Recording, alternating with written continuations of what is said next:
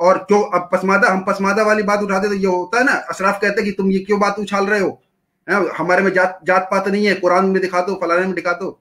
चलिए मैं वकार भाई, अब मैं फाकिर भाई के पास जा रहा हूँ।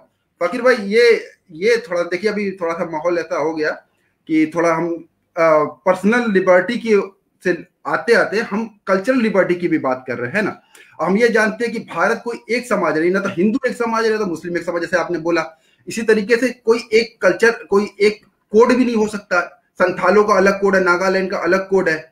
तो ऐसे में ये कैसे यूनिफॉर्म हो? क्या एक बैग सब कुछ बदल दिया जाए कि कैसे क्या हो? इसको कैसे हम लोग सही कर सकते हैं फाकिर भाई? हाँ, ये जो यूनिफॉर्म का सवाल जुड़ा हुआ है, वो इसके पीछे जो फिलॉसफी है वो इक्वलिटी की फिलॉसफी है कि इक्वलिटी होना चाहिए। आज भी जो बार बार ये सवाल उठाया जाता है बीजेपी चाहे तमाम लोगों द्वारा, तो वो इसलिए उठाया जाता है कि उनको लगता है कि भेदभाव है महिलाओं के साथ, और उनको जो तलाक का अधिकार है मुस्लिम पुरुष को वैसा स्त्रियों को नहीं है। तो इसमें इक्वलिटी का एक धारणा छिपा हुआ है यूनिफॉर्म कोड के पीछे। तो उसमें आपको देखना होगा कि इक्वलिटी के अलग अलग लोग कैसे इंटरप्रेट करते हैं। इसकी इक्वलिटी की व्याख्या बड़ी इंपॉर्टेंट हो जाती है यहाँ पर कि आप इक्वलिटी से क्या मायने लगाते हैं। इन्फॉर्म सिविल कोड को इसके बगैर नहीं समझा जा सकता है। और देखना होगा कि इन्फॉर्म सिविल कोड मेरे जानते ये बेगानी शादी में अब्दुल्ला दीवाना जैसा है, ये पसमानदा से जुड़ा हुआ मुद्दा ही नहीं है। इस पर हम लोग जो बहस कर रहे हैं वक्त जाया कर रहे हैं। तो इसमें क्योंकि ये पूरी तरह अशरफ लोगों से ये मुद्दा जुड़ा, मैं स्पष्ट करता हूं क्यों। इसके ये बहुत एक गहरी बात है इसके पीछे, अगर हम ध्यान देंगे तो। ये जो पर्सनल ला इसको कहा जाता है, ये 4 चीजों से जुड़ा हुआ है। एक है मैरिज, डाइवोर्स, सक्सेशन, संपत्ति का अधिकार किसको मिलेगा, और आप कैसे मैरिज करेंगे, और मैरिज को तोड़ेंगे तो कैसे तोड़ेंगे, और प्रॉपर्टी का जब सक्सेशन होगा तो कैसे, और एडॉप्शन। ये 4 चीजों से, एडॉप्शन को इस्लाम लॉ तथा कथित मुस्लिम लॉ पर्सनल लॉ अलाउ नहीं करता है। तो मैरिज में भी अलग ढंग का है। तो ये तमाम मुद्दे आप देखिएगा कि जो हिंदू पसमानदा मुस्लिम पसमानदा ज्यादा समान है, और एक हिंदू सवर्ण उतना समान नहीं है, अलग अलग है अपने कल्चर में, अलग अलग शो करने का कोशिश। तो हमारे यहाँ पर्सनल लॉ की इसलिए जरूरत नहीं होती है। जो पसमानदा है वो कम्युनिटी से गवर्न होता है। हमारे यहाँ लॉ और कानून को जो आधुनिक अवधारणा थी इसकी जरूरी ही नहीं थी। मुस्लिम जो पसमानदा समाज है या हिंदू पसमानदा भी, वो कम्युनिटी लाइफ है। एक कम्युनिटी लाइफ टर्म को अगर आप समझ लेंगे कि सामुदायिक जीवन है, वहां सेल्फ भी कम्युनिटी को बिलोंग करता है। ये जो पर्सनल इंडिविजुअलिज्म की धारणा जदीदियत जिद्दत के साथ आधुनिकता के साथ आई, तो आधुनिकीकरण, और आज भी हम लोग इन्फॉर्म सिविल कोड का बात कर रहे हैं तो इसीलिए कर पा रहे हैं कि ये रिलीजन वगैरह किनारे में चला गया और एक सेकुलर का कंसेप्ट आया यूरोप में। तो एक कॉमन इंडिविजुअल का जन्म हुआ, और इंडिविजुअल की राइट, पर्सनल राइट जो है वो बड़ी पवित्र चीज बन गई कि एक व्यक्ति का जो राइट बड़ा पवित्र होना चाहिए, उसका राइट होना चाहिए। तो ये मामला पूरी तरह से आधुनिकीकरण से जुड़ा हुआ है। आज फयाज साहिब को हिंदू समाज ज्यादा वो दिख रहा है प्रगतिशील, तो इसलिए कि वहां मॉडर्नाइजेशन की कोशिशें हुई, और उसी मात्रा में मुस्लिम में मॉडर्नाइजेशन की कोशिशें नहीं हो सकी। उनकी संख्या कम थी, उनकी सरकार नहीं थी। तो जब भी यूनिफॉर्म सिविल कोड का बात किया जाता है तो इसके अलग अलग मायने लगाए जाते हैं। तो ज्यादातर मायने ये लगाया जाता है, यूनिफॉर्म मतलब कि मुस्लिम को भी हिंदुओं जैसा बना देना। और ये यही प्रोसेस नहीं रुकता है कि मुस्लिम को हिंदू जैसा बना देना और पसमानदा को मुस्लिम जैसा बना देना, अशरफ जैसा। इसमें 2 प्रोसेस इन्वॉल्व है, आप गौर करेंगे। इस तरह इन्फॉर्मिटी लाई जाती है। इसलिए इन्फॉर्मिटी नॉन इन्फॉर्मिटी इतना इंपॉर्टेंट नहीं है जितना ये कि वो इन्फॉर्म बनाया। जैसे बराबर बनाना है तो आप एक लंबा आदमी को छोटा करके भी बना सकते हैं, इसको लंबा करके भी बना सकते हैं। तो यहाँ बराबर बनाने का मतलब कुछ और है। मतलब क्या है, हिंदुओं जैसा मुस्लिम को बना देना है और अशरफ जैसा पसमानदा को बना दे। जबकि होना क्या चाहिए, मैं इन्फॉर्म सिविल कोड के पक्ष में हूं, बशर्ते कि वो इस तरह से लागू हो कि सारे मुस्लिम पसमानदा जैसे बना दिए जाए, और हिंदू रिलीजन को भी फिर वो मुस्लिम जो कि पसमानदा जैसा है वैसा बना दिया जाए। तब मैं इन्फॉर्म सिविल कोड का इस शर्त पे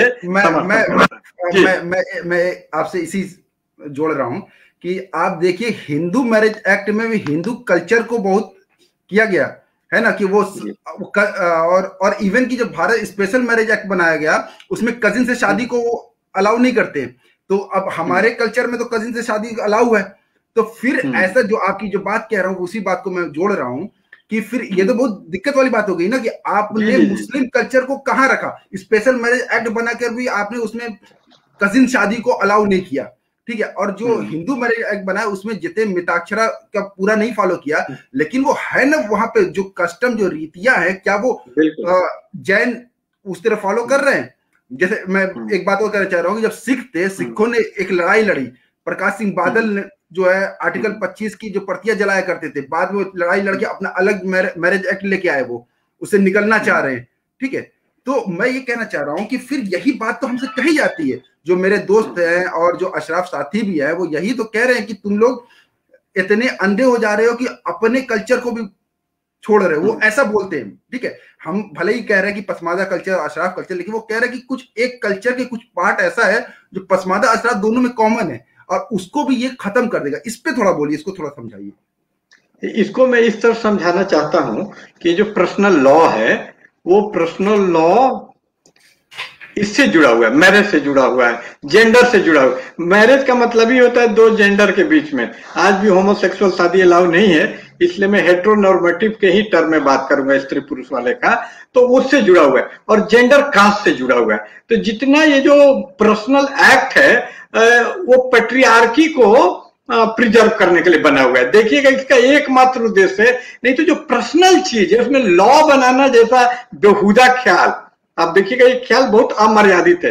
बेहुदा से मेरा तात्पर्य है अमर्यादित। एक जो पर्सनल स्पेस है प्राइवेट आदमी का, जिससे मन शादी करे, और ये एकदम आधुनिकता का यह बेसिक सिद्धांत है। और उसमें क्या लॉ और ये सब बनाना, दो आदमी प्यार, उसको लॉ से रेगुलेट करने की बात ही बहुत अच्छी बात नहीं है, बहुत आइडियल आदर्शवादी बात नहीं है। लेकिन चूंकि अचानक इतना चेंज नहीं हो सकता है तो प्रैक्टिकली हम ये सब बात करते हैं।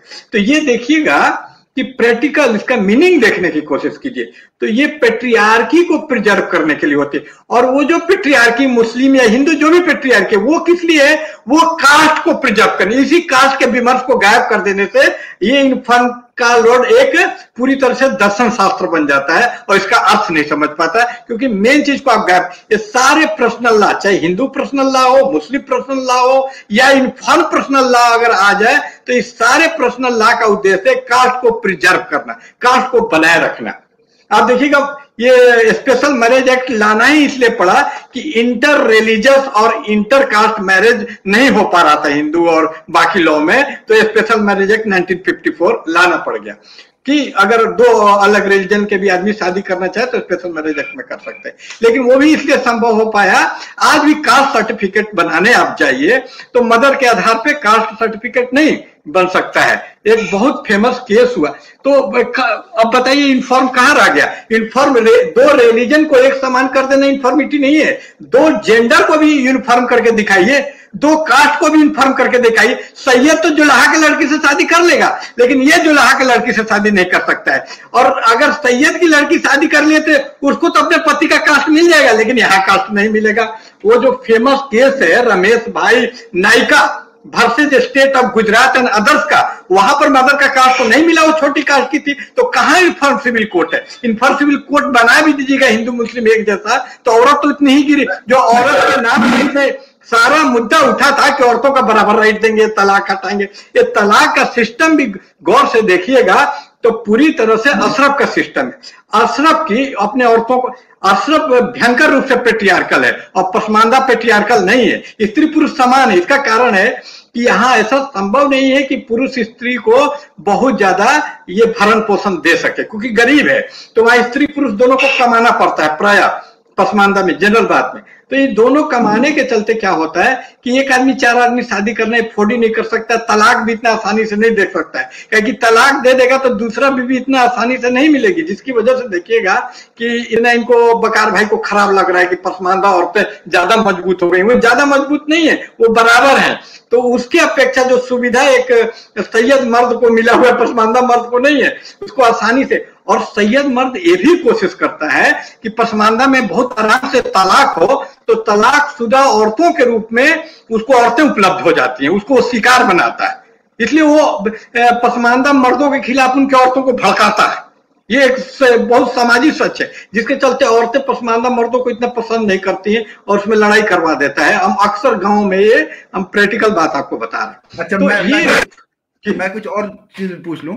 हम ये भी तो देखते हैं कि कोई एक पर्सनल लॉ भी तो नहीं है। मतलब अगर हिंदू मैरिज एक्ट की तरफ देखिए तो साउथ वाला अलग है, मामा से शादियां कर ले रहे हैं, है ना। हाँ, और जो जनजातियां उनका अलग सिस्टम है ना। तो उनके अंदर या भारत में कोई एक एक्ट भी तो नहीं है पर्सनल। तो हम क्यों करना चाह रहे हैं? खाली मुस्लिम समस्या तो है नहीं, समस्या तो तब हिंदू के अंदर या गोत्र में आ गई। मेरे दोस्त हरियाणा के थे, उनमें तो एक ये भी होता कि कोई किसी को भाई बोल दी तो उनकी लड़की से भी शादी नहीं होगी, अगर बोल भी दिया है तो भाई मान के चल रहे हैं तो फिर ये एक्ट तो उनके भी नहीं चलेगा फिर।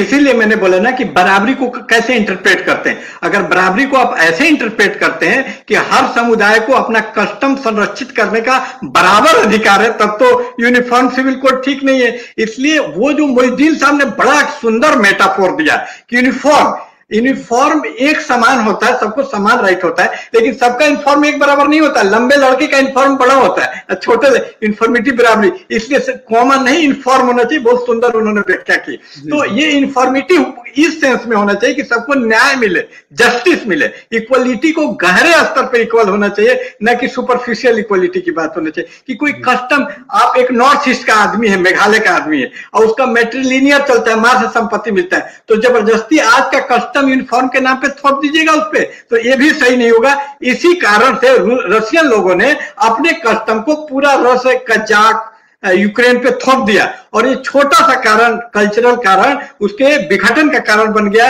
रूस के खिलाफ यूक्रेन सारे विद्रोह कर उठे और अमेरिका को इससे फायदा मिल गया। तो इस तरह से ये जो थोपना होता है, इसलिए इक्वलिटी को कैसे व्याख्या कर, तो हम लोग अपने पसमानदा पर्सपेक्टिव में देखना चाहिए। और यहां क्या होता है कि सरप्लस वुमेन क्रिएट कर लेता है। ये देखिएगा पूरी तरह जाति से जुड़ा हुआ मामला है। ये तलाक का मामला भी, चार शादी का भी मामला। ये तलाक बहुत पेट्रियार्कल सोसाइटी के कारण बहुत आजादी चाहता है सैयद मर्द कि जब चाहे तब अपनी पत्नी को छोड़ दे। उससे क्या होता है कि वो जो रिजेक्टेड पत्नियां, आप अरब में जाएंगी तो एक औरत को चार चार पति करने पड़ जाते हैं। जवानी में बहुत धनी मानी पति मिलता है, फिर वो तलाक दे देता तो सेकंड पति, उसको एक डॉक्टर पहला मिला था तो सेकंड कंपाउंडर मिलेगा, तीसरा पति एकदम बढ़ई उड़ई मिलेगा और चौथा तो एकदम झाड़ू पहुंचने वाला मिलेगा उसके एज के हिसाब से। तो औरतों की ये दुर्गति है उसमें। तो वो, लेकिन इस दुर्गति के कारण जो सैयद की औरत है, जो चौथी बार जिसका तलाक हुआ है या तीसरी बार, वो पूरा संभावना है कि एक जुलाहा से शादी कर ले, क्योंकि एक जुलाहा इतने गरीब आदमी होता है कि उसको बहुत नौजवान औरत नहीं मिल पाती। वैसी औरत भी मिल जाए तो वो माशाअल्लाह समझता है कि हमको एक औरत तो मिल गई। उसके बड़ी दुर्लभ चीज है औरत, क्या कि वो कमाता नहीं है। इसका नौकरी चाकरी से तय होता है हमारे समाज में, जो नहीं होना चाहिए था। तो जिसकी वजह से क्या होता है, फाकिर भाई मैं एक चीज बोल दूं, बस एक चीज में बोलना चाहता हूँ।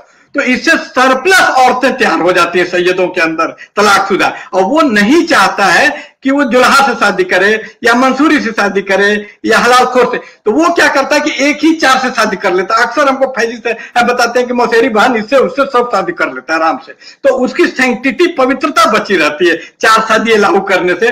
तो तलाक भी देने में आसानी हो जाता है और वो चार शादी करने में भी। इसलिए वो पर्सनल लॉ पे इतना जिद पे अड़ा रहता है। ये हमारे काम की चीज नहीं है। वो डरता है कि उसकी औरतें कहीं जुल्हा से शादी नहीं कर ले, इसीलिए वो चार शादी करना चाहता है, और कोई कारण नहीं। मैं बताऊं, और चार शादी एफोर्ड भी कर सकता है, वो धनी मानी है। तो मामला पूरा उसका है। जी जी जी जी जी। मैं एक बात कहना चाहता हूं। मैं फाकिर साहब के लिए एक शेर पढ़ना चाहता हूं, मैं बाद में भूल जाऊंगा। मैं फाकिर साहब की नजर एक शेर करना चाहता हूं कि मेरे खुदा महफूज। जी, आवाज आ रही है? मगर मुशायरा बन जाएगा अभी। नहीं, ये शेर बहुत जरूरी है फाकिर साहब के लिए पढ़ना कि मेरे खुदा महफूज रख उसको, बोलता है वो नबी जैसा। अच्छा क्या बात है। अच्छा ठीक है। अच्छा मोहिउद्दीन साहब, बहुत देर से आप सुन रहे हैं हम सबको। मैं चाहता हूँ कुछ आप अपने असम का, क्योंकि हम लोग नहीं जानते असम के बारे में ना, तो आप असम का कुछ लाइव एक्सपीरियंस बताएं। जैसे बताया जा रहा है कि नॉर्थ ईस्ट में मैट्रियार्कल है, पैट्रियार्की नहीं है वहां पे, तो उन सब के बारे में थोड़ा बताएं। फिर हम वकार भाई के पास, फैयाज भाई के पास दोबारा जाएंगे। तो आप थोड़ा अपने जगह की थोड़ा सा बताइए। मैं उसको आपको अनम्यूट कर रहा हूँ। जी बोलिए। हाँ, तो मैं, क्या सुनाई दे रही है मुझे? जी जी बिल्कुल सुनाई दे रहा है, आप बोलिए।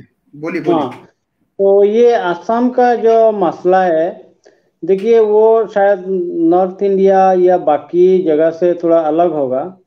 तो यहाँ जो है हमारा ये सामाजिक जो व्यवस्था है, ये मतलब काफी उसमें मतलब धीरे धीरे परिवर्तन आके जो अभी जो स्टेज है इसमें आया है।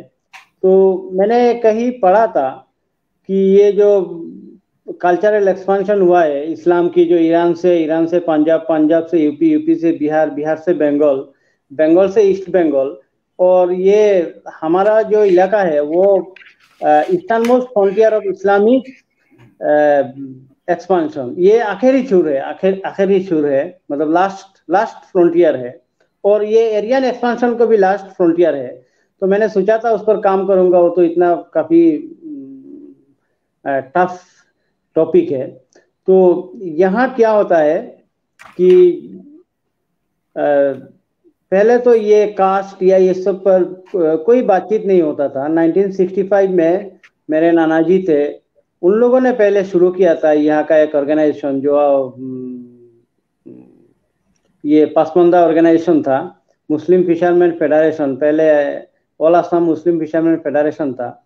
तो उनका जो आंदोलन था या उसमें कुछ जागरूकता आई, और बाद में सरकार मजबूर होकर ये पहले असम में ये मुस्लिम फिशरमैन यानी माही मल्ला, माहीमल कहा जाता है।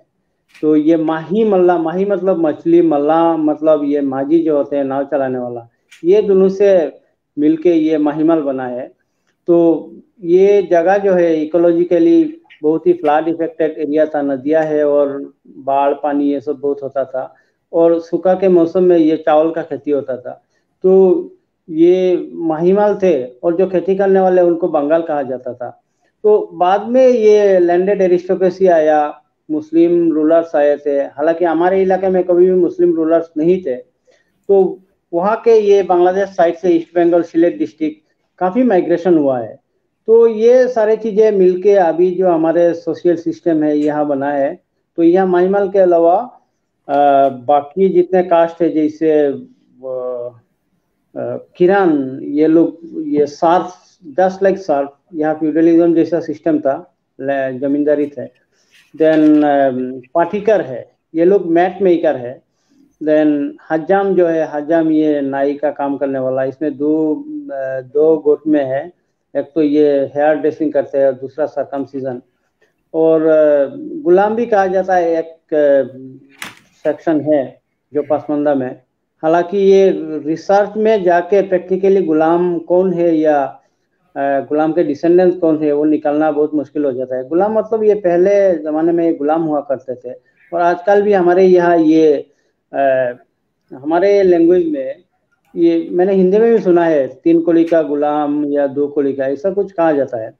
और एक है बाजुनिया यानी मुस्लिम म्यूजिशियन, और खलिया भी कहा जाता है जो टेनर है। उसके अलावा में और 2 गुट है, एक मिर्शिकर है।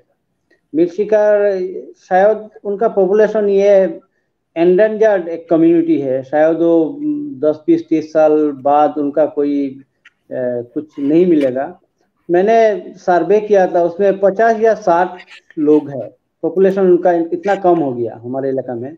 और खारी नाम, खारी जो उसका कोई इतिहास या कोई भी डॉक्यूमेंटरी कुछ नहीं मिला। खाली हमने जो पता किया वो है ये रिवर जिप्सीज जो बेदिया है बंगाल में, वो ये लोग कभी आके बस गए थे। तो ये सब समुदाय है, ये पसमानदा में आते हैं। और बाकी जितने हैं उनका कुछ टाइटल्स होते हैं, वो जमीन से जुड़े हुए, जमींदार या लैंडेड जो है उनसे जुड़े हुए लोग हैं, उनका नाम के पीछे टाइटल होते हैं, जैसे बड़भैया, लश्कर, मजुमदार, चौधरी या ये सब। तो यहाँ तो पसमानदा या हमारे लोकस्ट जो मुसलमान है पसमानदा है, उनका कोई कार्यक्रम या ऐसा कुछ नहीं है। तो सिर्फ 2 या 3 ऑर्गेनाइजेशन है ये हमारे समुदाय से ताल्लुकात रखने वाले। और बाकी जितने भी राजनीति है या समाज नीति है, सामाजिक जितने भी काम है सामूहिक तौर पर राजनीति है, ये वो सारे अशराफ के हाथ में है, तो वो लोग कंट्रोल करते हैं। हालांकि ये हमारे जो समुदाय है, ये महिमा, सर आप बता रहे थे कि मदरसे के बारे में कुछ बता रहे थे, उसके ऊपर थोड़ा सा बता दीजिए, वो बात कट गई हाँ थी। मैं बता रहा हूँ, मदरसे के बारे में बता रहा हूँ। तो ये हमारे जो समुदाय है महिमाल, ये डोमिनेंट पॉपुलेशन थे ईस्ट बंगाल में। ये सिलेट रीजन थे, ये इंडो बांग्लादेश बॉर्डर से जुड़े हुए हैं। तो ये डोमिनेंट पॉपुलेशन थे और ये कहा जाता है कि ये फिशरमैन। सर कौन सी कास्ट बताए, मैं सुन नहीं पाया, आपकी समुदाय का क्या? इनको माहिमाल कहा जाता है, माहिमाल। ये डोमिनेंट मुस्लिम मतलब अशराफ पसमानदा है। और ये कहा जाता है कि वहाँ के जो सूफी सेंट थे शेख शाहजलाल, उनके द्वारा ये लोग पहले मतलब इस इलाके में पहले इस्लाम कबूल करने वाले मुसलमान हैं। तो अभी समस्या ये हुआ है कि पार्टीशन के बाद ये जो पार्टीशन हो गया, ये सिलेक्ट एक तरफ चला गया और हमारा 3 डिस्ट्रिक्ट जो है बराकबाटी का, ये असम के साथ आ गया। तो ये पॉपुलेशन 2 गुट में बांट गए थे। तो जब सिलेट में थे वहाँ काफी इस कम्युनिटी से काफी मौलाना थे, लिखे पढ़े लोग थे। और सिलेट आलिया मदरसा जो उनके द्वारा बनाया गया है। और इस इंडिया का जो हिस्सा है उसमें भी हम देखते हैं कि ये कम्युनिटी जो है, हालांकि इस्लामिक एजुकेशन या मदरसा में काफी आगे है। उसका बाद भी ये पर्सनल लॉ का मामला हो या बाकी सामाजिक मामला हो, राजनीतिक, इसमें उनका हिस्सेदारी बिल्कुल नहीं है। ये महिमाल लोग, ये यहाँ कुछ बड़े बड़े इस्लामिक ऑर्गेनाइजेशन है, जैसे नॉर्थ ईस्ट नदवातुल, ऐसे कुछ नदवा नाम के एक संस्था है इस्लामिक मूवमेंट, और अहले जमात नाम का भी है। तो उसमें कुछ लोग तो ऐसे मेंबर्स के रूप में आपको नजर आ जाएंगे, लेकिन कोई ये पसमानदा समुदाय से उनमें कोई हिस्सेदारी या भागीदारी या उनको कोई बड़ा पद मिला है या कार्यभार मिला है, ऐसा दिखाई नहीं पड़ेगा। ये एक है। तो अभी मैं बता रहा हूँ ये असम के मदरसा जो है, मैं इस संदर्भ में कहा था ये मदरसा इशू क्यों। देखिए ये मदरसा है, सरकारी है, और बाकी जो लोग हैं नॉन मुस्लिम्स है, उनको ये मदरसा लेके एक एंटी मुस्लिम प्रोपेगेंडा का चांस मिलता है, मौका मिल जाता है।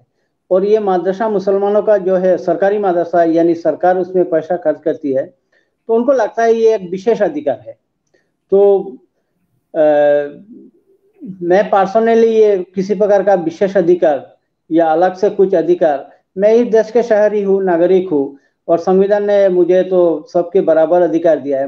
मेरा जो अधिकार संविधान ने दिया है वो मेरे लिए काफी है। मुझे कोई विशेष अधिकार नहीं चाहिए। सबको जितना मिले, जिस तरह मिले, सबको बराबर का अधिकार मिले, यही मैं चाहता हूँ। तो हालांकि उसको लेकर काफी डिबेट हुआ है और असम सरकार ने यह मदरसा बंद कर दिया।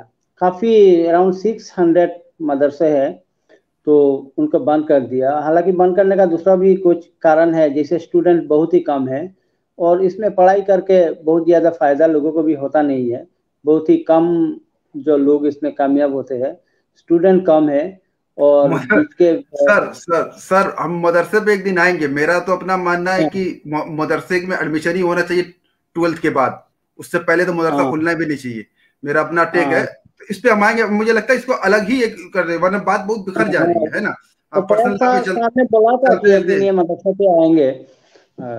हाँ, और इन साथ मैं जरा वकार भाई की बात जा रहा हूँ। हमारे पास टाइम खत्म हो गया, एक घंटा पूरा हो गया है। हाँ, तो वकार भाई आपसे बात करते हैं।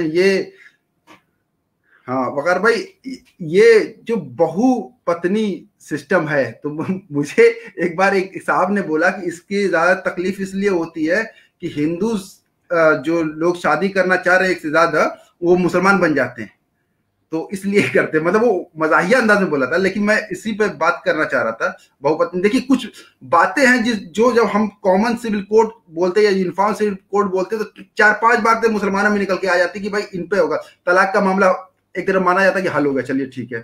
फिर अब बहुपत्नी बच गया। फिर कहते हैं एक हलाला का सिस्टम है, मुता वाला, शियों वाला सिस्टम, ठीक है। फिर प्रॉपर्टी में हिस्से के बारे में, फिर एडॉप्शन वाला तो खैर कश्मीर में सिर्फ अलाउ है और कहीं अलाउ भी नहीं है। तो ये सिस्टम जो है, इसके ऊपर थोड़ा सा, क्योंकि आप इस पे लिखते रहते, बोलते, आपसे ही इसीलिए मैं बात करना चाह रहा था। देखिए एक चीज जाने, जैसे अभी सऊदी अरब के बारे में जैसा लोग कहते हैं वहां कई कई शादियां होती हैं, जो मुझे पता चला है सऊदी के नौजवानों के बारे में कि वहां मेहर के लिए बाकायदा लोन, बैंक लोन दे रहे हैं, तो जाके 30-35 साल में कुछ लोगों की एक शादी हो पा रही है। नहीं, असल में लोन इसलिए ज्यादा रखा जा रहा है ताकि एक से ज्यादा शादियां ना हो। इसको दूसरी तरीके से भी देखिए। नहीं, लोन ज्यादा नहीं रखा जा रहा है, लोन दिया जा रहा है। नहीं, भारत में इतने लंबा लोन रख के दिखा, बेटी घर बैठी रह जाएगी। तो उसका रीजन रखिए। कोई चीज अगर आई है तो उसका रीजन होता है ना, क्यों इतना ज्यादा मेहर रख रहे हैं। तुम काम नहीं करने दोगे। हाँ जी, पहले तो ये जान लीजिए, हमारी जो मेहर का कॉन्सेप्ट है 1100, 1200, 2100, इनसे आज से नहीं, बड़े गरीब मजदूरी करने वाले हजरत अली की मेहर भी लगभग 1.5 किलो चांदी थी, और 1.5 किलो चांदी उस जमाने में 21 तोला सोने के बराबर होती थी।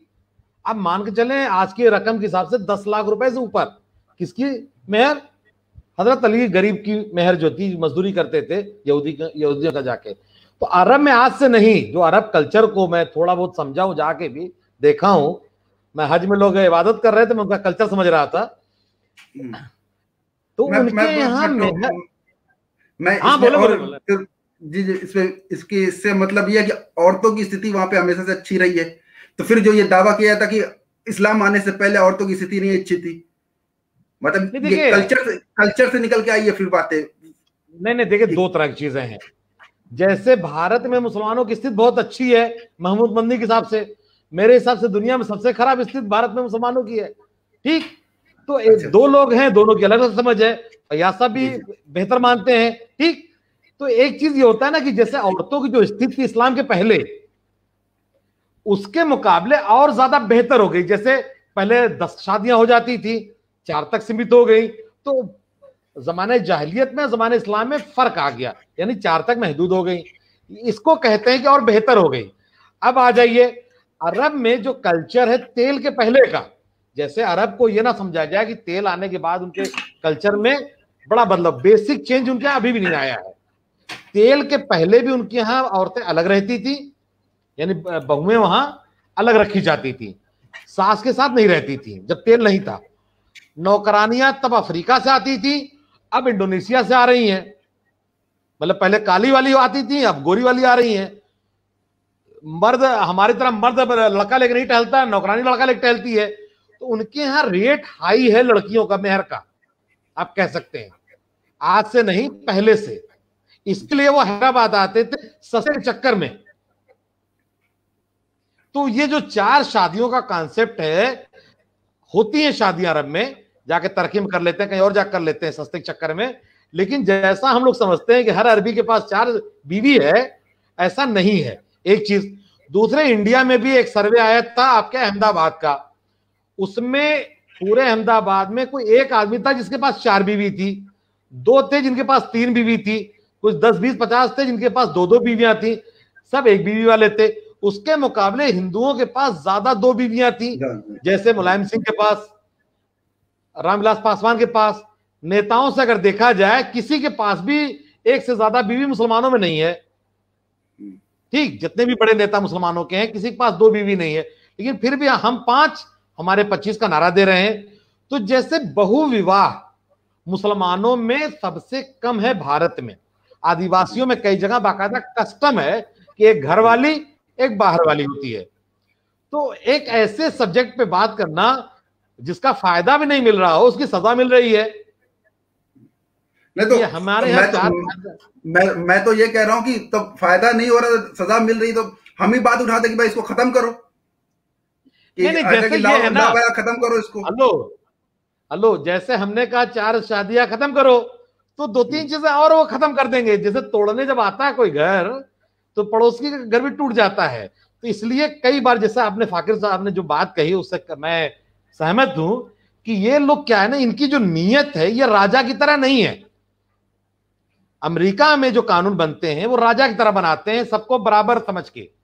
हाँ, कभी कभी हमको मेहमान समझ के हो सकता है कुछ चीजें थोप भी देते हो, जैसे फ्रांस में अभी हुआ है या स्विट्जरलैंड में जो हुआ है। हमारे कई लोग जो कहते हैं भाई फ्रांस में ये रह हो सकता है, वहां हो सकता है, तो भारत में क्यों नहीं हो सकता। तो तो हम यूरोप में एज ए मेहमान गए हैं, एज ए शरारती गए हैं। भारत में हम दो तरह से मुसलमान आए हैं, या तो हमलावर बन के विजेता बन के आए हैं, या हमारे जैसे गुतिया भाई हैं। तो हमारा मंदिरों में भी हिस्सा बनता है, तो हमसे उस तरह से बात की जाए तो यूनिफॉर्म सिविल कोड बनाओ चाहे कॉमन सिविल कोड बनाओ, लेकिन अपना वाला हमारे ऊपर थोपो मत, चाहे कोई भी कानून हो उनका हो। हाँ, हमारे यहाँ अगर कुछ चीजें मैं ये कहना चाह रहा हूं कि आप जो कह रहे हैं कि हम पर थोपो मत, आप मुस्लिम महिला के ऊपर बात हो रही कि महिला अपने आप में भी एक आइडेंटिटी है। वो नहीं देखिए, नहीं वहां मेरा कोई इनकार नहीं है। नहीं देखिए, दोनों का अंतर समझिए। जी मैं समझ मैं एक बात जोड़ दूं, एक साइकोलॉजिकल डर भी होता है कि ये एक से ज्यादा शादी कर लेगा, ठीक है, तो वो डर भी एक मुस्लिम महिला के साथ जुड़ा रहता है कि तलाक दे देगा, शादी कर लेगा। नहीं, मुस्लिम महिलाओं में डर जो है, मैं औरतों का एक्सपर्ट हूं कह सकते हैं, मैं ऐसा कोई डर औरतों में नहीं होता है, कम से कम हमारे इलाके में।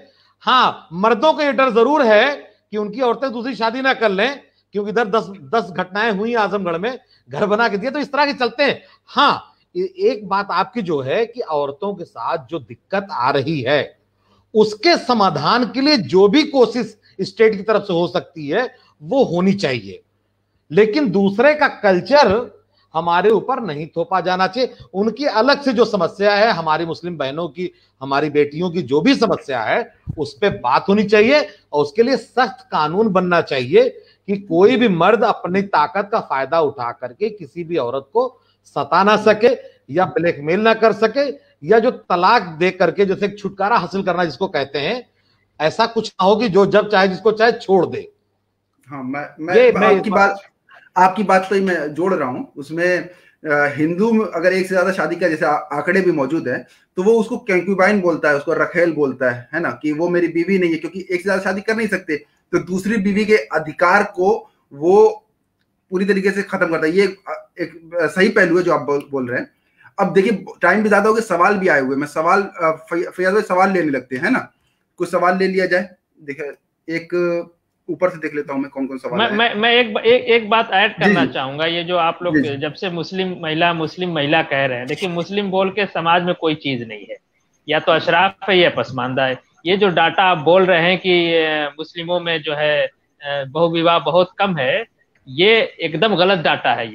ये आप कहिए कि अशराफ पसमानदा जो है, चूंकि उसका कल्चर भारतीय होता है, और पसमानदा का कल्चर देखिए, जो तमिलनाडु का पसमानदा है, जो बंगाल का पसमानदा है, जो गुजरात का पसमानदा है, जो उत्तर प्रदेश का पसमानदा है, ये 4 पसमानदा का 4 कल्चर है, लेकिन ये चारों अशराफ का एक कल्चर है।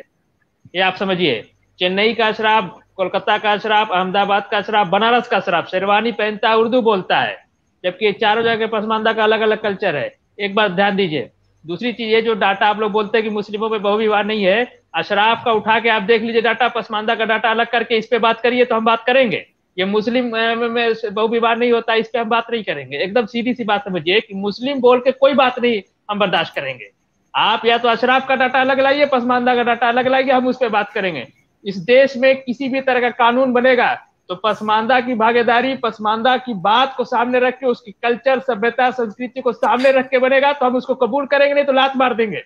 हम किसी अशराफ की अरबी, ईरानी सभ्यता, संस्कृति, कबायली कल्चर हमें नहीं मंजूर है। ये आप सीधी सी बात समझ लीजिए। जी, अब आप कहिए। अब असल में थाईलैंडी कल्चर भी जोड़ लीजिएगा, उसमें थाईलैंडी कल्चर भी नहीं चाहिए, ये ध्यान रखिएगा। थाईलैंडी कल्चर जो भी हो, कहने का मतलब यही है कि एक हेजीमनी भी है, मानिए इस बात को कि अशराफ की हेजीमनी है कि हमें बोलने नहीं दे रहे हैं बहुत चीजों पे। हाँ, तो ये देखिए, एक सवाल आया पायल श्रीवास्तव का, मैं उसको स्क्रीन पे भी डाल देता हूँ। मेरा एक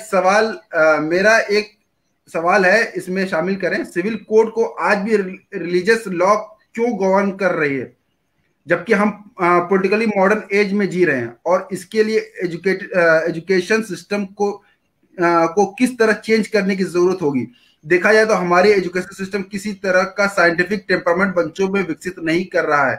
देखिए, मैं इसको अपने भाषा में बोल दूं इस सवाल को, कि जो डिफाइन करने का है ना कि कल्चर क्या है, या कि कोई कानून इस्लामिक है कि नहीं है, तो उसकी व्याख्याकार भी मर्द बैठे हुए हैं वही बता रहे कि कौन सी चीज इस्लामिक है कौन सी नहीं है। औरत के पक्ष पे भी वही बोल रहे हैं कि हाँ औरतों को यही पसंद है, औरत को यही अच्छा लगता है और औरत को कोई समस्या नहीं है। तो सारे के व्याख्याकार वही बैठे हुए हैं। और आज भी हम रिलीजियस से क्यों गवर्न है, यही बात वो पूछ रही है कि रिलीजन ही क्यों कोड को बताए कि क्या कोड बनना चाहिए क्या नहीं। मैं फाकिर भाई आपसे ही पूछ लेता हूँ क्योंकि ये सवाल आपके जोन में क्या लग रहा है, बताइए फाकिर भाई। सबसे पहले तो ये बात है कि मॉडर्निटी से क्या समझा जाता है। तो प्रायः जो वेस्टर्नाइजेशन है, यूरोसेंट्रिक जो डॉक्ट्राइन है, उसी को मॉडर्निटी समझ लेते हैं, जिसके कारण वो फ्रांस विद्वान जो मिशेल फूको करता है कि modernism is colonialism and colonialism is modernism. तो जो कॉलोनाइजेशन का जो प्रोजेक्ट था अंग्रेजों का, उसी के तहत देखिएगा कि उन लोगों ने सारा कुछ लागू किया हम लोगों के ऊपर। और जो ब्राह्मण भी एक एम्पायर था, जो कॉलोनी जिसके हम लोग बने हुए हैं, सैयद का कॉलोनी एक पसमानदा बना हुआ है, तो वो उसके सिस्टम को हम लोगों पे लागू करना, इसी को रिलीजियस वगैरह कह दिया जा रहा है। तो रिलीजियस का तो कोई बात ही नहीं है, उसी के खिलाफ पूरा पसमानदा आंदोलन है कि रिलीजियस आइडेंटिटी के खिलाफ कास्ट आइडेंटिटी को प्रिवेल करना, उसको प्रमुखता देना। तो इनका जो सवाल है कि सिविल कोड को आज भी रिलीजियस लॉ क्यों गवर्न कर रहे हैं, तो सही बात है कि रिलीजियस लॉ गवर्न नहीं कर रहे हैं, सैयद लॉ गवर्न कर रहा है, कॉस्ट लॉ। ये सोचना ही उनका गलत है कि रिलीजियस लॉ, ये तथ्य नहीं है, ये फैक्ट नहीं है। ये ब्राह्मण लॉ ही को हिंदू लॉ कहा जा रहा है, कास्ट लॉ गवर्न कर रहा है। और पेट्रियार्की, जैसे बाबा अम्बेडकर ने बहुत अच्छे से लिखा है, ये कास्ट को प्रिजर्व करने का माध्यम है। आप देखिएगा कि एक जुलाहा अपने से बड़ी सैयद से शादी नहीं कर सकता है। तो ये जो जेंडर रूल जो दिखाई देता है ना, वो असल में कास्ट लॉ है। जो ये सवर्ण औरत सैयद की औरत बोलती है कि हमको जुलाहा से शादी करने पे रोक लगा हुआ है, तो गलत है, ये गलत आर्टिकुलेशन है। उस पे रोक नहीं लगा है, सैयद की औरत पे जुलाहा से शादी करने पे रोक नहीं है, ये जेंडर प्रोहिबिशन है। जुलाहे को रोक है कि तुम सैयद से शादी नहीं करोगे। तो जो मर्दों पे प्रतिबंध है, उसी को नारीवाद कह के सैयद औरत प्रस्तुत करती है। हमारे मामला को हड़प के वो नारीवाद के रूप में प्रस्तुत करती है और इससे पूरा मुद्दा भटक जाता है। इसी तरह ये कास्ट लॉ गवर्न कर रहे हैं सिविल कोड को, रिलीजियस लॉ नहीं। पहला क्लैरिफिकेशन ये है। और इसलिए गवर्न कर रहे हैं कि इसीलिए पर्सनल लॉ बोर्ड भंग कर देना चाहिए तब तक, क्योंकि वो कास्ट को कायम रखने के लिए बना है। ये पर्सनल लॉ बोर्ड, ये मुस्लिम कास्ट लॉ बोर्ड है, ये पर्सनल लॉ बोर्ड नहीं है, ये कास्ट लॉ बोर्ड है। कास्ट कैसे मेंटेन रहे वही उसका प्रमुख चिंता है। और जितने ये पर्सनल लॉ, और ये जो बहुत मॉडर्निटी की बात कर रही है साइंटिफिक, तो मॉडर्निटी ये है कि जब उत्तर आधुनिक सिस्को को पढ़ेंगे आप, या एरिक फ्रॉम को पढ़ेंगे, या तमाम जो अभी सो कॉल्ड मॉडर्न थिंकर को आप जब पढ़ेंगे, लुइस इर्गा राय को पढ़िए सेक्सुअल डिफरेंस, या जूडी बटलर को, तो आप पाएंगे कि पूरा डिजायर को ही कंट्रोल करना एक फ्यूडल धारणा है। ये जो डिजायर है, ह्यूमन जो शादी करता है, सेक्सुअल अट्रैक्शन है, तो जो स्त्री पुरुष के बीच में लॉ, और ये क्या मियां बीवी राजी तो क्या करेगा काजी, तो ये काजी ही जो बीच में बार बार लॉ बना रहा है, यही गलत है। जब अगर बहुत मॉडर्न दृष्टिकोण से जिद्दत से सोचा जाए तो ये गवर्न ही नहीं होना चाहिए। ह्यूमन डिजायर को गवर्न करने का ही ख्याल बहुत ही बेहुदा है, मैं शुरू में ही बोल चुका हूं। तो ये, लेकिन हम लोग क्या, दो आदमी का गोल होता है, एक शॉर्ट टर्म गोल, एक लॉन्ग टर्म। तो लॉन्ग टर्म के गोल के रूप में मैं बोलता हूं, जो बेगम पूरा की बात रैदास करते हैं कबीर अमर देशवा का, तो वहां ये सब होना ही नहीं चाहिए जो एक यूटोपिया है। लेकिन अभी के लिए औरतों का रक्षा के लिए, अभी तो मर्द ज्यादा पावरफुल है, अभी का सत्य यही है।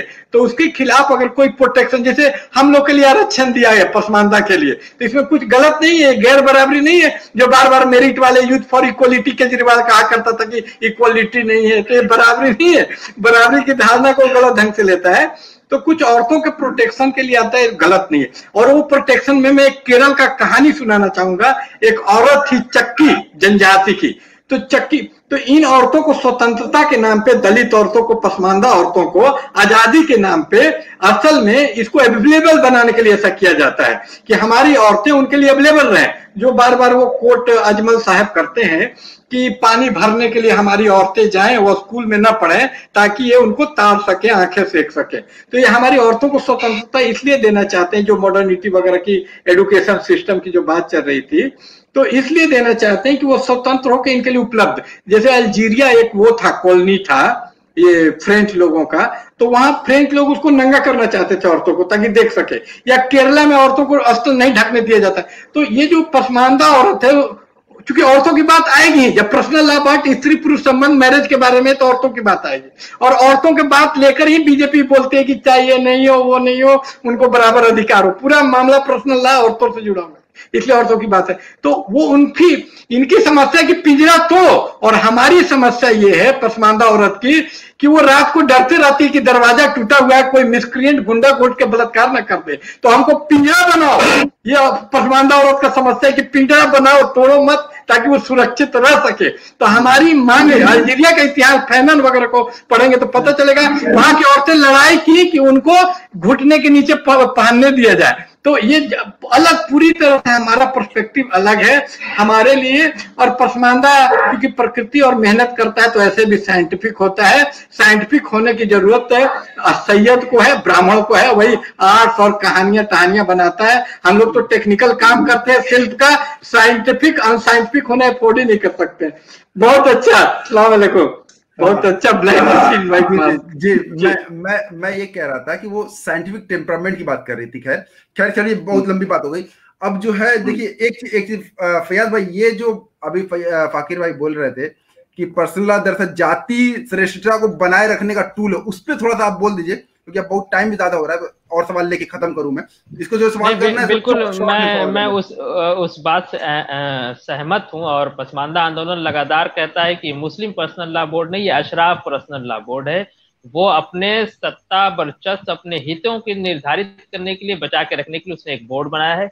इस पे पसमानदा डेमोक्रेसी पे मेरा एक शॉर्ट वीडियो है 7-8 मिनट का, उस पर आप देख सकते हैं कि उसका बैकग्राउंड ही इसी में था कि मुस्लिम लीग के जाने के बाद उनको एक प्रेशर ग्रुप चाहिए था, तो पर्सनल लॉ के नाम पे, इस्लाम के नाम पे उन्होंने एक प्रेशर ग्रुप क्रिएट किया। और ये बात आप प्रैक्टिकल दैनिक जीवन में देख सकते हैं कि मुस्लिम पर्सनल लॉ बोर्ड हमेशा एक प्रेशर क्रिएट करता है, प्रेशर ग्रुप की तरह काम करता है। पर्सनल लॉ से पसमानदा के औरतों की जो दुख दर्द से, पसमानदा के दुख दर्द से उसका कोई लेना देना नहीं है। अगर पसमानदा के दुख दर्द से जो इस देशज मुसलमान है, जो देशज भारतीय पसमानदा में, उसके दुख दर्द से मुस्लिम पर्सनल लॉ बोर्ड का कुछ लेना देना होता तो वो कम से कम हमको वहां पे मेंबर तो बना के रख ही सकते, अध्यक्ष और महासचिव न बनाते तो मेंबर बना के रखते, हमारी महिलाओं को रखते, हमसे पूछते कि भैया तुम्हारा दुख दर्द क्या है।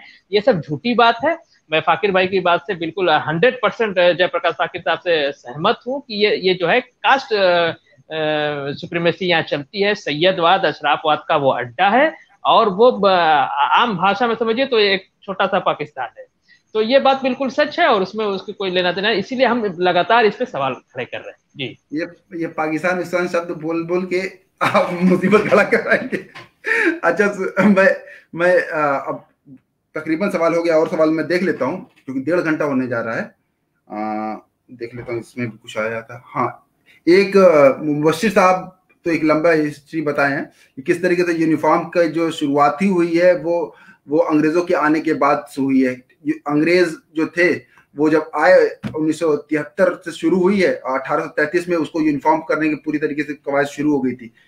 तो उसकी वजह भी लेनिन साहब, आप जो इम्पोर्टेंट सवाल हैं, सारे सवाल में से इम्पोर्टेंट सवाल यहाँ जो पैनलिस्ट है उनसे पूछें, या इस वक्त सारे एक्सपर्ट बैठे हुए हैं, जी, मैं सवाल लेना नहीं चाह रहा हूँ, मैं बता रहा हूँ कि वो यही सब बात कह रहे हैं कि मैं कॉल की बात कह रही थी, तो इस सवाल नहीं ले रहा हूँ मैं।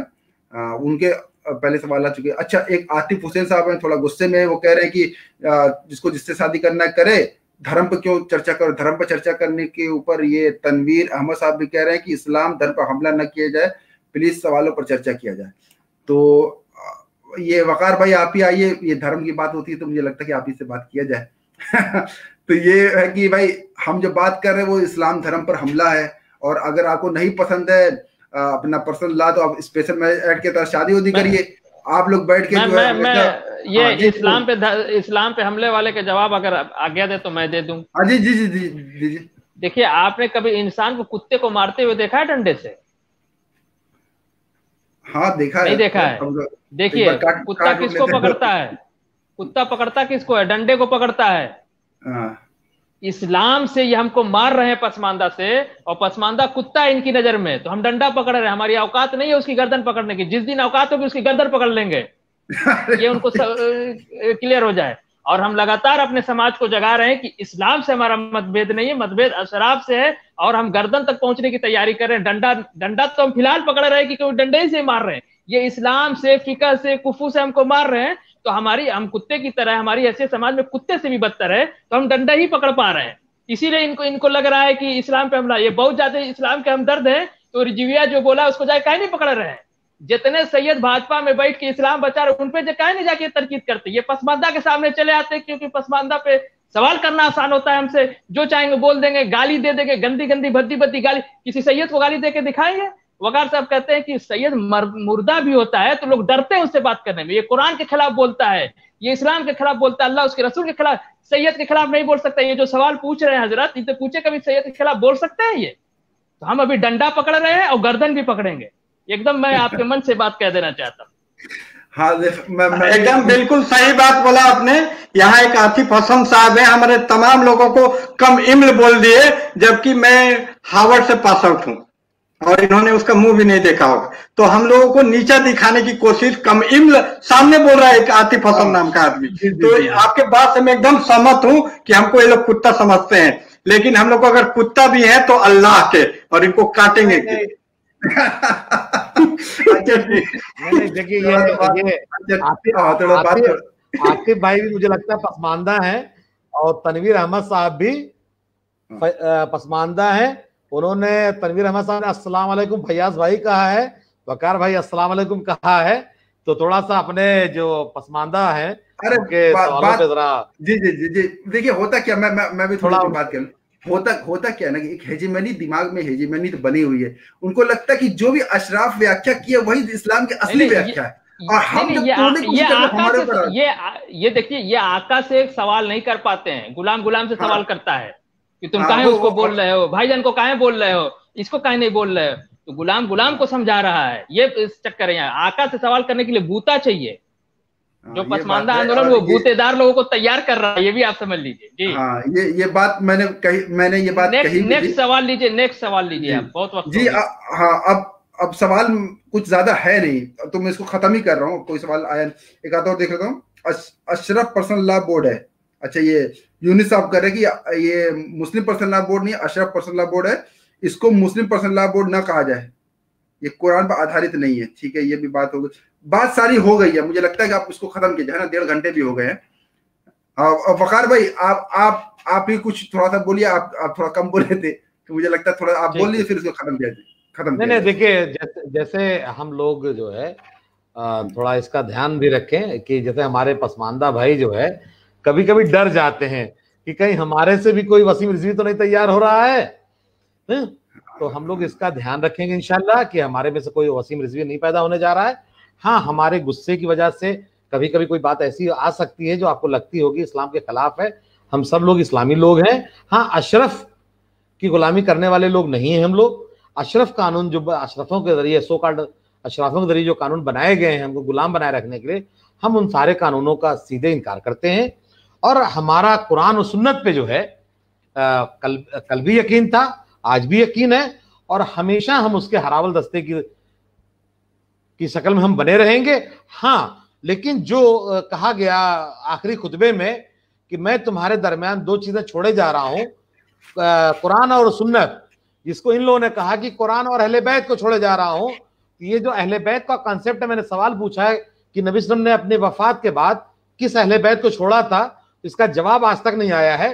तो मैं अपने तमाम पसमानदा भाइयों से खासतौर से कहना चाहूंगा कि हम सब आप ही की लड़ाई लड़ रहे हैं, हम आपके राय मशवरे से ही लड़ेंगे, और हम में से कोई भी वसीम रिजवी नहीं बनने जा रहा है। ना हम भाजपा के हाथों बिकने जा रहे हैं, ना हम बिकेंगे। हम सवाल भाजपा से भी करेंगे, और हम सवाल कांग्रेस से भी करेंगे, और हम सवाल अशरफ से भी, जो Ashraf Pasmanda personal law board है, जो अशरफ पर्सनल लॉ बोर्ड है, हम सवाल उससे भी करेंगे। और हमको जहां हिस्सेदारी नहीं मिलेगी वो हमारा वो संगठन नहीं होगा। या तो आप हमारे हो या आप हमारे नहीं हो, बीच का हमारे पास कोई जगह नहीं है। ये बोला जाता है कि भाजपा को से बहुत पैसा मिल रहा है। मुझे आज तक 1 रुपया नहीं मिला। मैं ऑन रिकॉर्ड बता दूं, अगर मिल रहा है तो मुझे भी कुछ यहाँ पे पहुंचाया जाए। वकार भाई,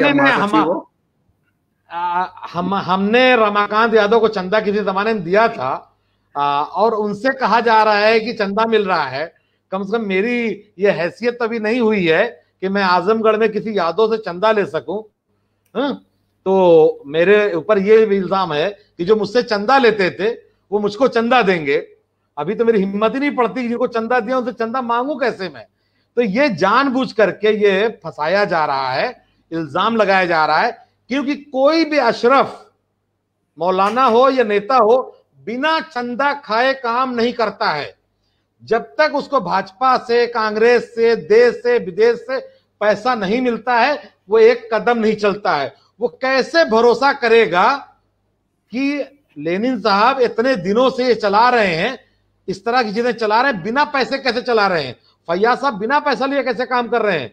हमारे बारे में आमिर सादी साहब ने कहा कि यार कितने दिन तक वो सब संगठन चलाएंगे, इतने दिन में आदमी कोई ना कोई पार्टी ज्वाइन कर लेता है। हाँ, उन्होंने मुझसे 100 करोड़ का ऑफर किया था, उन्होंने मुझसे 100 करोड़ का ऑफर किया था कि वकार भाई अगर पैसा मिल जाता है मुझे तो मैं आपको 100 करोड़ रुपया दूंगा और इंशाल्लाह मैं चंदा अशराफों से ही लूंगा। मैं भाजपा का चंदा नहीं खाऊंगा, मैं उन्हीं अशराफों का चंदा लूंगा और अपने पसमानदा जो हमको चंदा नहीं दे उनके खिलाफ चंदा लूंगा। हम लोगों ने तय कर लिया है कि अगर कोई पसमानदा हमारा सपोर्ट नहीं करेगा तो हम अशराफ से जाकर पैसा लेके उसके खिलाफ काम करेंगे, लेकिन हम अपनी तहरीक को मजबूत करेंगे। मैं अब बात खत्म करने जा रहा हूँ, लेकिन एक बात याद रखिएगा, आप जिसका पैसा लेते हैं फिर उसका दबाव भी रहता है, फिर अशराफ साहब का दबाव भी रहेगा कि आप ऐसे करिए, ऐसा ना करिए, कुछ ज्यादा कर गए, यहाँ पे थोड़ा कम करिए, तो ये वाला दबाव रहेगा। देखिए ये चीज होती है, मतलब ज्यादा नहीं लेंगे। जब ज्यादा चंदा आप किसी एक से ले लेते हैं तो वो दबाव डालता है। इसलिए मदरसों ने काम क्या किया कि फुटकर चंदा लेते हैं और किसी का दबाव सहते नहीं है। हाँ, तो मदरसा सिस्टम चलाएंगे, चलिए ठीक है। तो अब इसको खत्म किया जाए फैयाज भाई, है ना? सारे सवाल हो गए, मैं देख भी लिया। ज्यादातर कुछ सवाल ऐसे हैं जिसका जवाब हम दे ही चुके हैं, ऑलरेडी दे चुके हैं, तो अब उसको लेने की जरूरत है नहीं। एक चीज मैं कहूंगा, क्लोजिंग नोट ले लीजिए 2-2 लाइन सबसे। ठीक है, ठीक है। तो मैं फिर सबसे पहले ओहिदुद्दीन साहब से ले लेते हैं, है ना? ये बहुत देर से हम लोग सुन रहे हैं, आप आज हम लोग को ज्यादा सुनना पड़ गया आपको। चलिए, हाँ जी, बोलिए सर। आवाज पहुंच रही है, सुनाई दे रही है? जी पहुंच रही, बोलिए सर। तो पहले तो मैं सबको धन्यवाद, और मुझे बुलाया गया इतना दूर से, तो ये बहुत ही इम्पोर्टेंट मसला है। और ये आजकल मैंने काफ़ी पढ़ाई किया, या आप लोगों का बात से जो समझ में आया, ये मैं पहले भी सोचता था। तो मेरे मन में तो यही सवाल था कि जब हमारे पास संविधान है और समान अधिकार प्राप्त है, तो अलग से मुझे कुछ क्यों चाहिए? और मैंने जब बात किया तो किसने कहा ये पैरेलल गवर्नमेंट चलाने का। आज जो फैयाज साहब बोल रहे हैं ये मिनी पाकिस्तान है, तो इसका शुरुआत तो उसी समय से हुआ है। और ये फकीर साहब उन्होंने जितना बात कहा बहुत ही वैल्यूएबल है कि ये अशराफ सिविल मतलब पर्सनल लॉ बोर्ड है। तो वही मैं कहना चाहूँगा कि जो चीज़ हमारे संस्कृति, हमारे विषय नहीं है, उसको हमारे ऊपर मतलब थोपने का काम हो रहा है, उसको विरोध होना चाहिए, उस पर चर्चा भी होना चाहिए। और उम्मीद है कि आने वाले दिनों में भी हम चर्चा करते रहेंगे। ठीक, बिल्कुल सर। अच्छा, एक सवाल मजहर भाई बार बार कह रहे कि मुझे जवाब दे दिया जाए, तो मैं सवाल पूछ ही लेता हूँ। फकीर भाई आपसे ही पूछे तो आप क्लोजिंग रिमार्क भी दे दीजिएगा इसी में। वो पूछ रहे हैं कि क्या मतलब हिंदू कोड बिल जो है, ये कॉमन सिविल कोड जो बन रहा है, क्या हिंदुओं पर लागू होगा? क्योंकि हिंदू तो यहाँ पर गोत्रों में शादी नहीं कर पाते हैं, जो हरियाणा के हैं, या कि जो दक्षिण भारत के जो है वो मामा से शादी करते हैं। तो जो बनाने की जो बात हो रही है कॉमन सिविल कोड, तो क्या उसमें हिंदू भी शामिल होंगे? खाली मुसलमानों के लिए बनाया जा रहा है? आपने एक बहुत इंपॉर्टेंट बात बोली थी कि स्पेशल मैरिज एक्ट भी बनाया गया, तो लगभग मुसलमानों को ध्यान में नहीं, हिंदुओं को ध्यान के रख के उसमें जैसे एक मुसलमान शादी कर सकता है तो भाई, तो वो निश्चित रूप से ये हिंदू इसको नहीं लागू होने देंगे, क्योंकि डिवाइडेड हिंदू फैमिली करके एक बनाने का हिंदू में प्रावधान है, जिसमें इनकम टैक्स का बड़ा फायदा मिलता है। तो ये सबसे ज्यादा दिक्कत वहीं आती है, जिसके चलते आज तक यूनिफॉर्म सिविल कोड नहीं, हिंदुओं से ही ज्यादा विरोध आता। मैं आपको बता दूं, जो बनिए या ब्राह्मण जो धनी मानी है, तो एक हक करके कंसेप्ट है, हिंदू अनडिवाइडेड फैमिली, तो उसमें इनकम टैक्स का बहुत बड़ा छूट मिलता है। तो अगर इन्फॉर्म सिविल कोड बन जाएगा तो ये छूट मिलना बंद हो जाएगा। इसलिए तमाम जो मरवाड़ी वगैरह जो व्यापारी लोग इसका विरोध करते हैं, उस लाभ से वो वंचित हो जाएंगे। तो इसीलिए इन्फॉर्म सिविल कोड वगैरह का जितना भी मामला है, अगर इसको पसमानदा, हम हर चीज को पसमानदा पर्सपेक्टिव से देखते हैं क्योंकि पसमानदा है, मेरी ये मानना है। तो पसमानदा पर्सपेक्टिव से अगर देखें तो दोनों तरफ, एक तरफ कुआं है तो दूसरी तरफ खाई है। इन्फॉर्म सिविल कोड जो है हिंदुओं का यानी ब्राह्मणों के संस्कृति पर पसमानदा का थोपना है, और मुस्लिम जो पर्सनल लॉ है अशराफ को थोपना है। तो दोनों तरफ हम पर थोपा ही जाएगा। हमारी जो संस्कृति है वो नहीं लागू होने जा रही है कहीं भी। तो हमारे संस्कृति के दो प्रमुख तत्व हैं, एक सामुदायिक इग्लिटेरियन सोसाइटी रहा है पसमानदा का सोसाइटी, तो उसमें इतना प्रॉब्लम नहीं है औरत मर्द वाला, और दूसरी तरफ वो आसानी से मॉडर्नाइज होने के लिए प्रस्तुत है।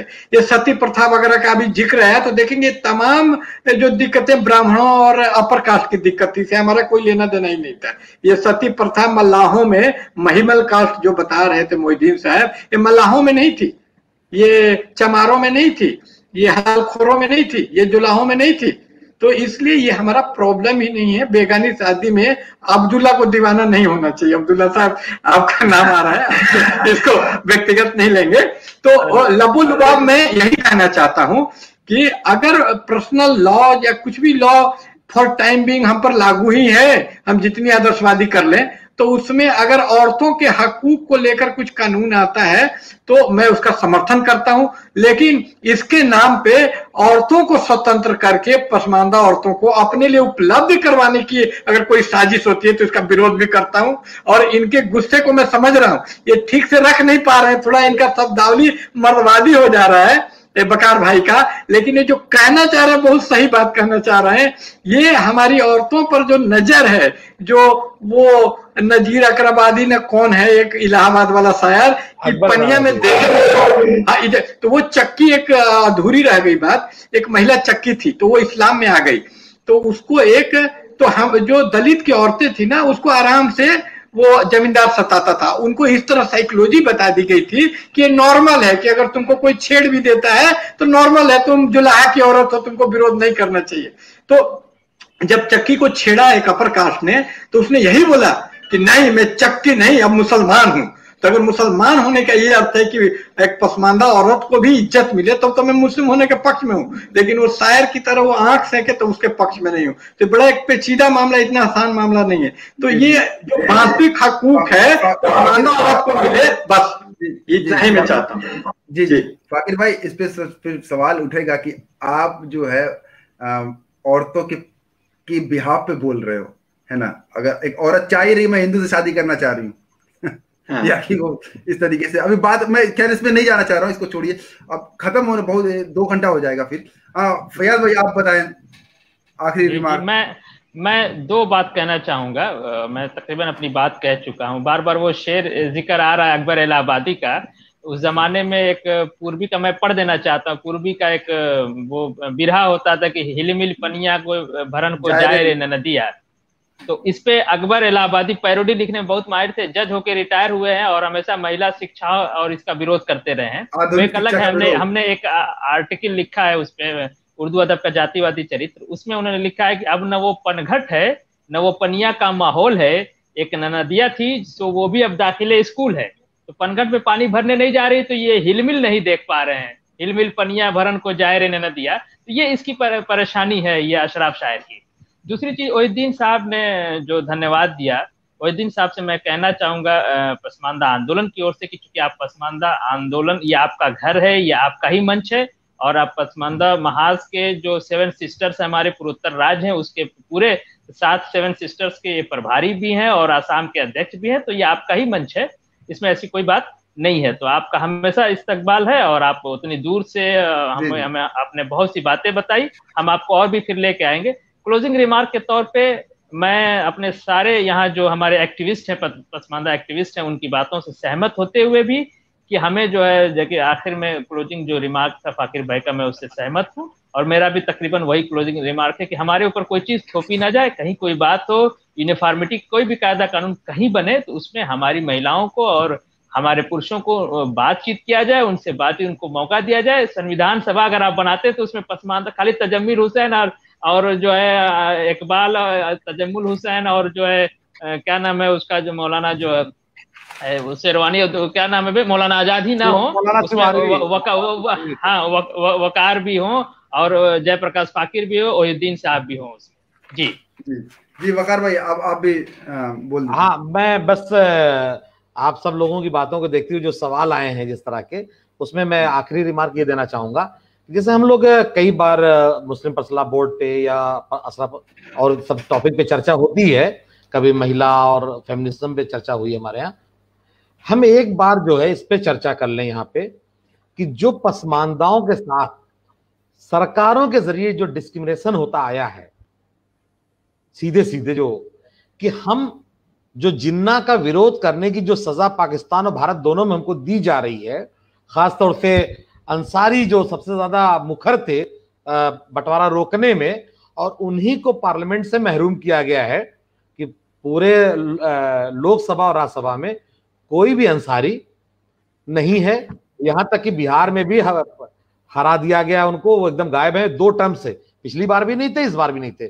और अब तक जितने भी मुख्यमंत्री आए हैं 80 के दशक के आसपास में, ऑलमोस्ट नाम पसमानदा ही मुख्यमंत्री कांग्रेस ने भी दिया था। तो हमको जिन्ना का विरोध करने की सजा जो भारत सरकार दे रही है, उस पर भी मैं चाहूंगा कि 1-2 प्रोग्राम आपकी तरफ से हो। बिल्कुल बिल्कुल बिल्कुल सर, कर लिया जाएगा, अगले हफ्ते कर लिया जाएगा इसके ऊपर। हाँ, चाहे 341 हो, चाहे 342 हो, या हमको जो जगह जगह रोका जा रहा है, हमें ओबीसी में भी शामिल, जैसे पवरिया एक बिरादरी जानते होंगे आप, अभी जल्दी एक लड़का जल्दी अंसारी किताब लिखे हैं इस पे। हाँ, अभी अंसारी धर्म कबूल किया है इनका उलमा काउंसिल का एक नेता, क्योंकि पवरिया जो है ओबीसी में नहीं है। अच्छा। अभी जल्दी अंसारी हुआ बेचारा वो। और कई लोग इस तरह से बिरादरी चेंज कर रहे हैं कि उनकी बिरादरी जो है ओबीसी में नहीं है। मतलब हाँ, अब जैसे ओबीसी कमीशन है उसमें हमको कोई जगह नहीं है, और सबका साथ सबका विकास करने वाली भाजपा सरकार जो एक ओबीसी मुख्यमंत्री और दलित राष्ट्रपति वाली, वो हमको जो है राज्यसभा से महरूम रखे हुए है। उनके जफर इस्लामी मिलेंगे। इस तरह का जो भेदभाव हो रहा है, अशराफों के जरिए जो भेदभाव हो रहा है, उस पर भी लगातार चर्चा होनी चाहिए। और जो सरकार के जरिए, चाहे कांग्रेस सरकार हो और जो मौजूदा सरकार है, हम इनसे भी सवाल करें। और एक और टॉपिक है कि जो विदेश से मदद आती है, ईरान से जो रिवर्स खुम्स आता है और या सऊदी वगैरह से जो मदद आती है, वो भी सब के सब अशराफ खा जाते हैं। हमारे पसमानदाओं पे सिर्फ इल्जाम लगता है चंदा का, और सारा चंदा ये अशराफ खा रहे हैं, और सबको पैसा मिलता है थोड़ा थोड़ा करके। जो भी मुखर लोग हैं सब पैसा पा रहे हैं, और ये सऊदी तक आवाज जानी चाहिए कि तुम्हारा पैसा तुम्हारे ही खिलाफ इस्तेमाल हो रहा भारत में। तो इस पे एक चर्चा में होनी चाहिए ताकि हमारे पसमानदा जो मुसलमान टाइप के पसमानदा हैं उनको भी अच्छा लगे कि हम लोग जो है कल एक तरफ तो नहीं जा रहे हैं कहीं। नहीं, मैं जुमा नमाज पढ़ लेता हूँ, ऐसी बात नहीं है। तो अब जो है इसको क्लोजिंग रिमार्क किया जाए इसको।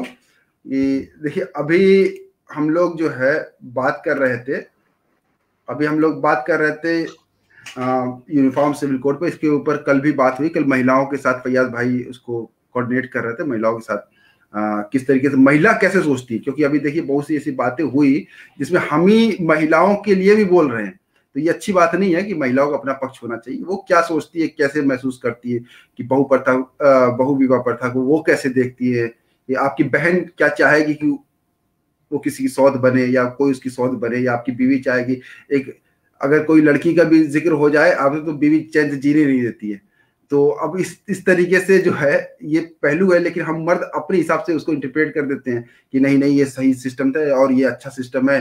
तो औरत का पहलू क्या था, बहुत इंपॉर्टेंट बात थी। मुझे लगता है आज से ज्यादा इंपॉर्टेंट कल की बहस थी। मैं एकदम खुल के बात बोल रहा हूँ क्योंकि औरत का पक्ष था उसमें।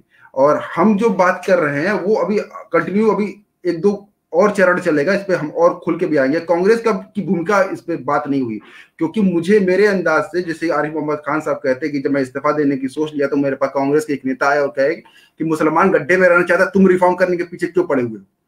और दूसरी बात जो फाकिर भाई बोल रहे थे कि हिंदू में जो रिफॉर्म हुआ है, हिंदू धर्म में जो रिफॉर्म हुआ है, वो दरअसल अपर कास्ट के परिवार का रिफॉर्म था। और ये बात जो ये फाकिर भाई अपनी ओर से नहीं बोल रहे थे, फाकिर भाई ये बात बोल रहे हैं जाति के विनाश में। अंबेडकर साहब ने ये बात लिख रखी शुरुआत के चौथे पांचवें पन्ने पे कि ये जो जितने भारत में समाज सुधार हुआ दरअसल ब्राह्मणों के या सवर्णों के, स्वर्ण इस्तेमाल कर ब्राह्मण इस्तेमाल करते हैं कि उनका परिवार सुधार है, ठीक है। तो वो हमारी समस्या नहीं थी। ये भी एक इंपॉर्टेंट पहलू है, इस पे भी सोचा जाए कि हमारी समस्या क्या है। जैसे वकार भाई जो बात बोल रहे हैं कि हमें लाया जाए कि भाई हमारी अपनी क्या क्या समस्या है। हमारी समस्या पसमानदा वाली है, इस पे तो कोई सरकारें नहीं आके कह रही है कि जो पसमानदा को एससी में डाल दो 341 में सब चुप हो जाते हैं क्योंकि उसमें फायदा नहीं हो रहा, ठीक है। इसमें दबाने का एक प्लेजर भी मिलता है कि बहुसंख्यक अल्पसंख्यक को कुछ मामले में दबा दिए, ठीक है, और अपने हिसाब से कोई चीज उनको थोप दी उनके ऊपर। 41 में देना पड़ जाएगा तो अभी उस पर नहीं बात करेंगे। हम चाह रहे हैं 41 में तुम हमसे बात करो कि मुसलमान में भी धोबी होते, मुसलमान में भी एससी हैं, ठीक है, उस पर बात नहीं करोगे, लेकिन तुमको इस पे बड़ा मजा आता है, अरे अरे देखो कितना ये इतनी कमी तो ये भी है, इस पे क्यों नहीं बात कर रहे हो। तो ये सभी पहलू, इस पे एक दिन और बैठेंगे हम लोग और भी बात किया जाएगा। और मुझे लगता है सारी बातें हो गई है। और एक जो इंपॉर्टेंट बात है जो आखिरी में निकल के है कि एक बैग कोई भी रिफॉर्म ना किया जाए, ऐसा ना कर दिया जाए कि समाज में टूटी पैदा हो जाए। तो एक चरणबद्ध तरीके से रिफॉर्म किया जाए। जो रिफॉर्म भी अगर लाना है तो चरणबद्ध तरीके से लाया जाए और देखा जाए कि कहाँ जरूरत है, कहाँ लाना। जैसे फाकिर भाई बोल रहे थे, ये भी देखा जाए कि मकसद क्या है। इंटेंशन बहुत माने रखता है। भले अंग्रेजों ने इस बात का लाया कि खून किया है तो खून के पीछे इंटेंशन था कि नहीं था, उसी तरीके आप जो काम कर रहे हो आपके अमाल पे बहुत दारोमदार है। तो ये सब चीजें हैं, इस पे हम लोग फिर बैठेंगे। मैं ये इसको अंत नहीं मान रहा हूँ फैयाज भाई, ये अंत नहीं है, इसको एक बार और बैठा जाएगा इस पे, ठीक है। तो बहुत बहुत शुक्रिया, धन्यवाद। इतनी देर तक आप सुने, तकरीबन 2 घंटा हो गया, ठीक है। जय हिंद, जय पसमानदा।